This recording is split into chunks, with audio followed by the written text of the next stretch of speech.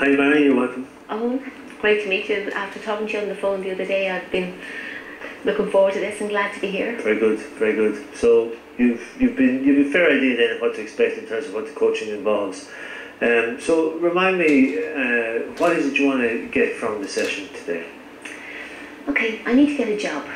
A job, okay. I need to get a job. I think I mentioned I'm 46. I have three children, two boys and a girl that are getting bigger now, and a lot of my friends have gone back to work and started to do that. But it was something I never wanted to do because I'm happy at home. I feel that's what I'm there to look after them. Okay.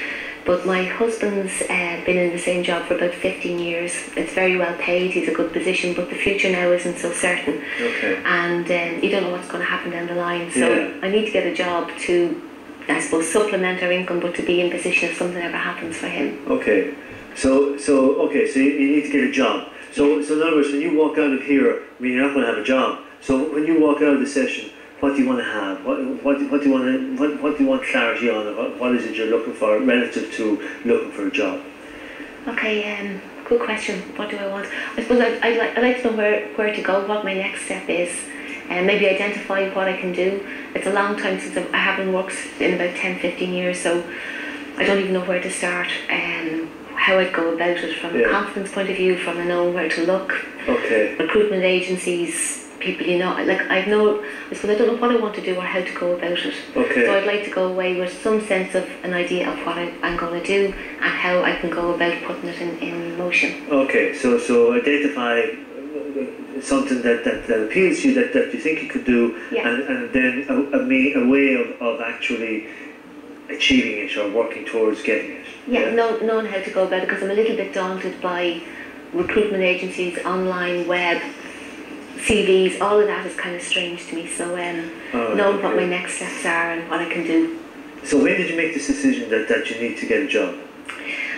I suppose it's always in the back of my mind when I'm listening to kind of some of my friends and that talk, and a few of them have gone back to work already, and I sort of say, is that something I should be doing, or these will be gone. So it's been in the back of my mind, but I've only really kind of started to think about it seriously. Right. And I only made a call to you when the discussions in my husband's work started to unfold, and the fact that his company has been taken over, and his role mightn't be there, or he might get another one, and that's kind of in the last few weeks. So in the last couple of weeks since that started, I'm saying, okay, now I can't sit on the fence, I need to go and do something. Okay. So it's been triggered then by the situation with your husband's work. A lot of uncertainty. Okay, and at the same time, it sounds like you were relatively speaking a sort of a happy stay-at-home mother with the three kids. You seem to, would it be fair to say you enjoy that life in terms of being able to be at home with the kids? Absolutely. I mean, it's something I think from when I got married in the first place, and when I had my first child, I always said, well, if I have children, I'm going to be there to mind them, and I've been very happy doing it. Now, having said that, if you were one of my neighbours and you heard me shouting during the day, you'd probably go, she doesn't sound very happy. But that's just their way of going. Sure. So my priority would be them, that they're well looked after and cared for. So I suppose in anything that I do, that's going to be a big contention, or a big that they're factor. well looked after and cared for. Okay. So it's, I suppose the reason I'm asking that is to see is your motivation for looking for a job purely out of fear that the husband situation may become or may deteriorate, and you might have to get, or is it also partly because you want to get a job or you want to go to work? Well, if I hadn't got the kids, I definitely would I wouldn't want to be staying at home doing nothing. I wouldn't be, the sort of lady that lunch. I'm not into all that nonsense at all. I don't like that. I want to be doing something worthwhile, productive, all of that. But I do feel that looking after my family has been that. So I haven't felt the gap up to now. So it's the part of me. I suppose I haven't allowed myself. I never thought of it because I've just been busy doing the job that I had. Okay. If they weren't there, I certainly wouldn't want to be at home. But given that they are, I'd have to balance the two. Yeah. Okay. Fair enough. All right. Okay. Fair enough. So a job, and the word you keep saying is job. So you don't really have any idea as to what you'd like to do or what you think you could do. No. Just something that fits around my time and flexibility around the kids, that pays a certain amount of money, and it'd be nice if I had the potential so that the bigger they get, if I have more time that I can maybe do something with it, or you know, that there's a bit of a future in it, that would be great. But certainly flexibility and income would be the two things in the short term. Okay, and by flexibility, what do you mean? Well, my youngest is still in primary school, so I mean, if you were to ask me my ideal, it'd be say 9:30 till 2 or 2:30. That would be happy days. Okay. 9:30 to 2. Yeah. So then that would be minimal disruption. I wouldn't have to get after school care. Okay. I could go and pick her up from school and all of that. I suppose the second thing would be that it's not too far away either. That there's not a big commute and things like that. Okay. So they'd be important. Okay, so you're talking about 9 to 2:30, and within relatively close distance to where you live. Yeah. And you mentioned income. Do you have a figure in your head, or do you have an idea of an income range that you're aiming for? No. Oh, okay. That sounds a bit basic, I know, and maybe that's part of what today is about as well. I've just had this, I need to go and earn money, so I haven't thought how much or what. Have you any idea of what ballpark, what it's likely to be, or what it should be? No idea. Sorry, this coming to you, I suppose, is me starting to explore it. Yeah, okay. Like I know one of my friends recently got a job in a call centre, and she's working 9 to 5, and it's 23,000. Okay. And she was asking me would I be interested in that. And when I broke it down, because my husband has all the allowances, right. So I'd have to pay tax on the whole lot, and then if I had to pay childcare, I would have been coming home with maybe 500 or 600 euros I thought into my pocket. So that was kind of knocked on the head, because we said, well, look, it wouldn't be worth it. I'd be gone all the time and all of that. So other than that, I don't have much of a sense. I don't know what I'm going to do, or what an experience, or what role I'd be doing to know what it would actually pay. So in going out, I suppose I feel I want to get my foot on the ladder and make a start. But I'm not looking to bring in X amount per month at the moment. It's not, you know, it's more to get earning and feel productive and feel that I'm contributing, and that there's some potential then that if things did change, that at least I'm back in the workforce and I can gear up or increase it. Okay, alright, fair enough. Alright, okay. So the priority then is more about getting out there, actually starting something, and finding your feet, and building your confidence and all of that back up again relative to the world of work, really. Absolutely, because at the moment it just seems daunting, you know. It seems daunting? Yeah. Well, tell me about that, daunting, tell me more about that. I mean, sure, it's so long since I've been in the workplace. Look, I mean, I had to put on a good cardigan to come to you today. I'd normally be in around the house clothes, or like my job before I was in IT, but now I can't even use Facebook, and the teenagers at home are laughing at me because I can't do it. So you know, nowadays I think no matter where you go, you have to be IT savvy, you have to be presentable, interact with adults all day. So I look forward to it and I love it. I think I'll actually be able to do it when I get there. I think it was a Churchill that says, I don't mind learning, it's the learning process I don't like. So I know I can do it and I'd be okay when I get there, but it's the thoughts of having to go through that and learning process that actually kind of goes, I don't like that. Okay, so when you say you know you can do it, what are you referring to? Well, that if somebody showed me how to use Facebook and IT, like I did it before. So I haven't gone completely brain dead, so I know I have the capacity to do it, and I think I'd be okay at it. But it's the learning process and having to sit there and go, duh, I don't know how to do this. That is a little bit kind of daunting. Okay. So alright, so you, whatever it is, you know you'll be able to do it. It's just going through the process of learning to do it that actually causes you to feel daunted by it. And now, as you say that, it's even the steps. If I knew what the steps were towards it, that would be even better. But at the moment, it's just a blur. Because I can't do, I could do, and in the middle, I don't know what's there. So at least if I knew this is the steps towards it, and I broke it down, that would make it more manageable or seem more. Yeah. And of course, you don't really know that until you know what the job is, I guess. Yeah. Okay. I'm your nightmare client, am I? Yes. No, you're not really. But I mean, what you're going through is perfectly normal. So really, what Maybe okay. So let's just look at what you've identified so far. Is ideally your ideal scenario is that the job or whatever it's going to be is relatively close to home. Do you have a distance in mind in terms of how far you're able or willing to travel? Well, when I say close to home, that's all around the flexibility so that I can be there for dropping off at school and picking up. So if it was something that I was doing from home, or if it was something that it was, say, 11 till 1, then it wouldn't matter if it was further away because I could travel. So my window of opportunity during the day is between, say, 9:30 and 2 or 2:30. That's when I know I'm free. Yes. So I could travel somewhere and work shorter hours, or it could be close by and work slightly longer. But that's the time available that I can see I could have without it impacting on family and without additional costs of getting minding and stuff like that. So the real boundary then, the real parameters is time. It's 9 to 2:30. Yeah, that's a good way of looking at it. Yeah. Okay, fair enough. All right. So within that, then you're not too fussy about the income as yet, and it sounds like you're not too fussy about what the job would be. Is that true?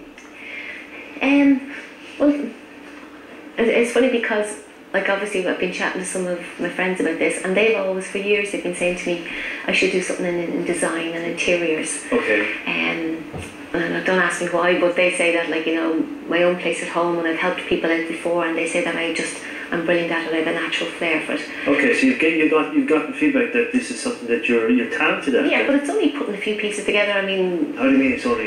What do you mean by that? Well, like, it's not like I don't view it as a skill or something that's marketable or. Right. Okay. You don't view the work of an interior designer as being a skill or marketable. Is that what you're saying? Well, no, you see, because I've never done interior design. It's not that I've done something and I'm then recreating it at home. I suppose I know what I like, and I can put what I like together, and it seems that other people like it.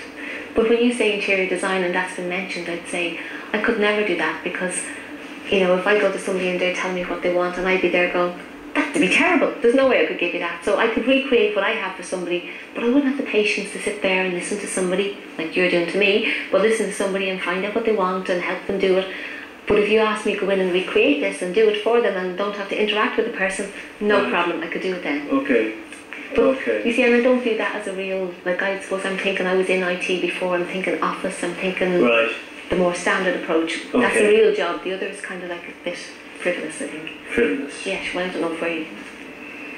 Like, would you want me to go in and do your place for you? I haven't a clue. Yeah, you see, sometimes you start to try and tell people about what I do or how I do it. Well, okay, let me put it this way. If you could work at anything, right, and earn a good living or a good income within the hours that you set at anything, what would you choose to do?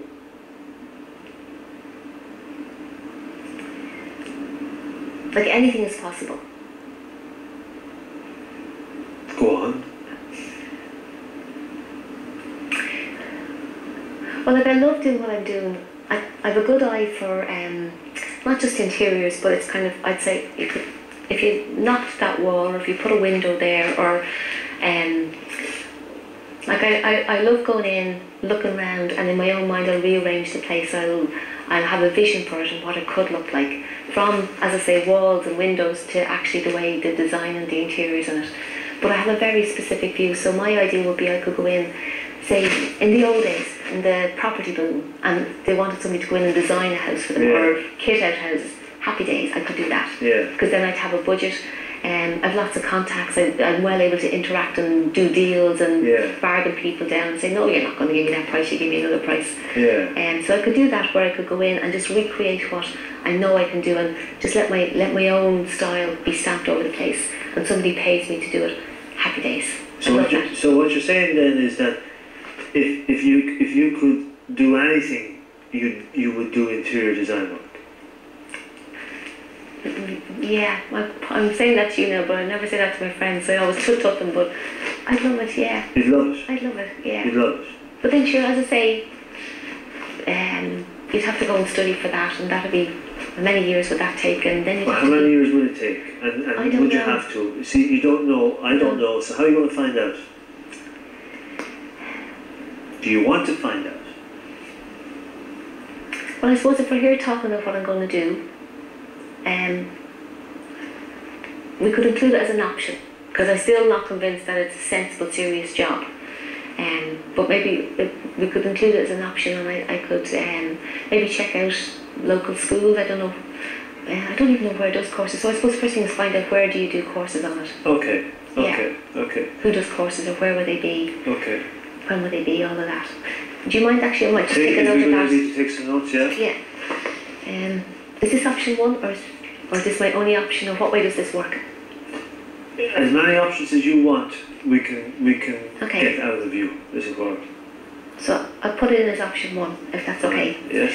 So I'll just check out courses.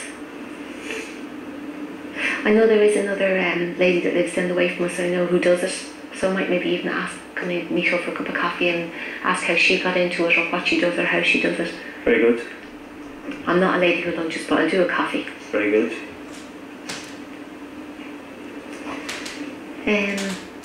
Yeah, I suppose that would give me an idea of how I could go about it, or what's involved, Okay. what the costs are, the time commitment, stuff like that. Yeah. Okay. And you know, even to put it down as an option, I'm not going to tell anybody that, Right. but I like it there. I like it that's at the top of the page. Okay. What do you like about that? The fact that it's at the top of the page. What's the appeal there? You see, I suppose I'm very practical, and that to me sounds non-practical. Right. But when I put it down, I kind of smile, because I kind of go, that'd be really cool. Okay. So is it just that because that practical part of you sees this as being the frivolous, that's the is that what's stopping you from, or at least in the past, from taking it seriously? That the practical sort of view.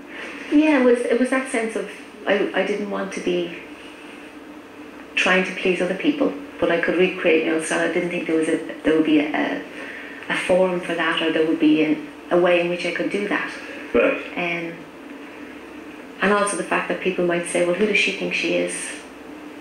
Think that she's great, that's her style is so good. Like, you know, friends say, but friends are friends. So to go a bit more public with it, I think I might be worried about what people would say. And yet, if we go back to what you said earlier in the session, which was, you know that if you're shown how to do something, you know you'll be able to do it. It's just the process of learning that sort of causes you to feel daunted, as you said, yeah? Yeah. But going back and applying that same idea to this, then that helps you get past all that sort of the assumptions you have about what people will think and what you might have to do and what you don't want to do. They seem to be just ideas in your head that you haven't actually really tested out. That's very true, because when I said that, I was thinking of like we're using the computer or something very tangible and practical. Yes, yeah. But that's exactly the same. Yes. Yeah. Yeah. If I could see a way to it. Yeah. And that it would give flexibility, because obviously you'd be doing it, be it the study or the work, you could do it in your own hours. Yes. It is something that over time then it's like a career, something that you could build on, or could potentially be, dare I say, a business, you know. Of course. So it actually, like, now that we're talking, it ticks the boxes. Okay. It does tick the boxes. And now I have some steps in relation to doing some research around it, so that actually feels better. Okay, so I just want to park that one for a second. Okay. And, as an option, and you did say you wanted more options. So what would be other options that are available to you in terms of moving forward, looking for work or jobs and so forth? What else? As I said, I suppose that's where I was drawing a blank and not knowing where to go from here, because it's been so long since I'm out. It's not as if I'm going in with 15 years experience in, I won't say banking at the moment, call centres, teaching, nursing. Like if I was a nurse, you could go back to nursing, all those sort of things. Right. I suppose maybe even to tease out, well, what areas could I apply for. If I had a list of specific jobs or roles, I suppose there's a starting point that I can go and research those or find out which recruitment agencies recruit for them. And I know I said call centre, when the other girl talked about that appealed to me, because I felt it was a little bit like it was phasing back into the workplace, that you weren't face to face with people, and certainly from what she said, there was a lot of more people my age who were being recruited for the role, so I wouldn't feel like a fossil in the middle of all these young things, although I'm sure there's lots of fabulous young things in the call centres as well, but the particular ones that that they were looking at, there was certainly an older group of people being slightly older. Okay. Not old, slightly older. Yeah. So I suppose I looked at that as being an option, but it didn't really, doesn't set the world on fire, but it's a practical option. It seems to be a practical one. So as an option, does that mean then, does that require you needing to maybe have a conversation with that person in the call centre who had approached you about work? Yeah. Well, it was actually a friend of mine who had gone, and she's got the job now and she's working there. Oh, okay. Yeah. So I could chat to her about what's it like now that she's actually in there. Okay. See if there's any other openings going. Right. At the time, as I say, it was full time that she was taking on, which wouldn't suit. But if I got a part time one where I didn't have to pay childcare, pro rata, it might be just as good. And what I feel it would do is, even if I wasn't bringing in a huge amount of money in the short term, I'm getting back out there, I'm doing something, I have my foot, as I say, back on the rung of the ladder, and the potential then to scale up as the kids get older or as the finances change. If I needed to that, I'd have a start made, it wouldn't be as daunting. Okay. So I'll talk. That's another option, so to talk to her. Yeah. Okay. And I suppose even maybe to have a look at, it seems to be an area of growth at the moment, and there's more and more places being centralised. Yeah, absolutely. Have a look at what other, actually maybe is there a recruitment agency that specifically recruits for call centres, or do you go directly to the company? To find that out. So how are you going to find out about that in relation to the recruitment companies? Well, what I might be brilliant to Facebook, but I can Google. So I'm going to Google recruitment companies and call centres, just see what comes up. Okay. So make a note of that. The other thing you said was that if you had a list of jobs that you could begin to sort of do some research on. So again, when you were saying that, what had you in mind? I said, I'd love if somebody came and said, here's a list of jobs that would be available, and I could go don't like, could, Okay. And then pick 3 or 4 that I could research. So where might you get a list? I have no idea. You have no idea? No idea. No, so where do you need to go to find out where you might get a list?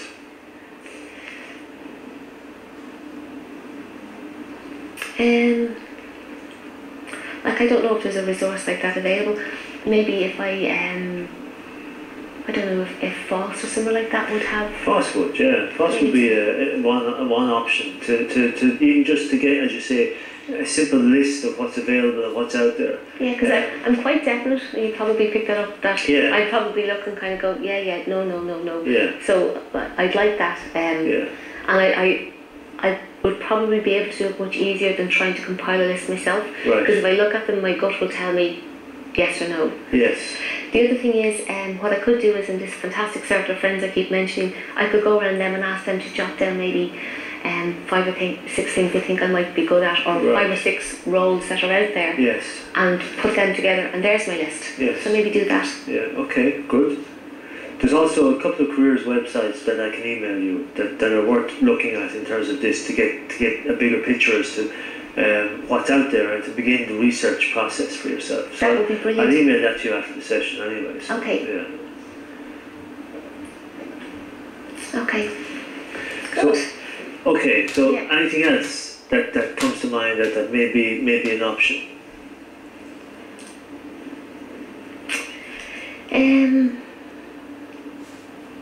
I think they're the main ones. One of the main ones is, I suppose, it's a starting point. We have the option 1, which is to research that one and check it out, but then also to research the call centres, and then to do up a list, either going to FOSS, going to some of those websites you mentioned, or getting friends and colleagues to kind of give suggestions, and from that, and I mean, the way my mind is going now as we talk, I'm thinking, okay, get that list, and from that maybe pick 5 and research those 5 and see what's involved or how I could go about it. Okay. Because even the thoughts of having a list and being able to have 5 to research, I'm started. Because when I'm coming to you here today and I'm sitting there and kind of going, I have no idea. So at least now I'm beginning to feel a bit unstuck. Yeah, exactly. Yeah. And to go back to what we had parked, which was the interior design as the top option, as the one that you liked at the top of the page. Yeah. Don't forget that not only was that on the back of, since I would assume sincere feedback by a range of friends who saw your work that you were doing yourself at home. So it was based on objective feedback, if you like, but also the fact that you use the word love in relation to that line of work. So it's more than just a job. It's actually something that you really enjoy, and that's something that, you know, when if you can make a living with something like that, it's easier to succeed and to build it into whatever size of a business you want. So don't underestimate that, because I know there's a practical side, but your practical side will keep you grounded, keep you focused on doing what needs to be done to make it succeed. But it's not to let the practical side dismiss what it sees as frivolous, because obviously you know there's way more than that within the whole world of interior design. So, you know, but as you do the research, you'll see this yourself. So just keep an open mind to that, and don't dismiss that I suppose love that you have for that work. You know. Well, even when you're talking there, I'm thinking of, like, I love you're holding things. It's much more. There's fabrics. There's textures. You're moving things. It's much more. What's that word for tangible, or? So it's kinesthetic. Yeah. As opposed to kind of sitting in paperwork and. Yeah. There's not that. Okay. Yeah. So even with you know, on the page, and there's kind of two options there. I love that sense of hands-on on the other. You know, it's senses. It's a different sort of a feeling. Okay. I mean, I think what you're saying is true. If I could bring my practical side to approaching that, it would probably mean that I could go about it in a very structured way for a business. Absolutely. But also maybe it's something that, you know, if I was to do something on this, on pointing to the lower end of the page, I would say the more practical options. Even if I was to do that in the short term, I'm still going to check out the courses for that, because I'd love to do the course anyway. You know what I mean? If I never had to go back to work, why haven't I done that in the years, you know, gone by? Because I think, as I say, I'd enjoy it. It's something I love, so I'd enjoy doing and learning more and just being around other people who are interested in it. And so I think definitely I'll check out the courses anyway. So it may be a plan A or it may be a plan B, but it's definitely a plan. Good. Okay. Yeah. All right. Well, then I suppose to wrap up, then, I mean, you came with a vague idea as to needing a job, but not the vagueness was around what, but you weren't vague about the parameters within which the job need to happen. So that was within the hours of the day that you had locked yourself, that you had locked down for the work. And that was on the back of realizing that things could change for your husband. So an extra income would, at the very least, practically speaking, may be necessary.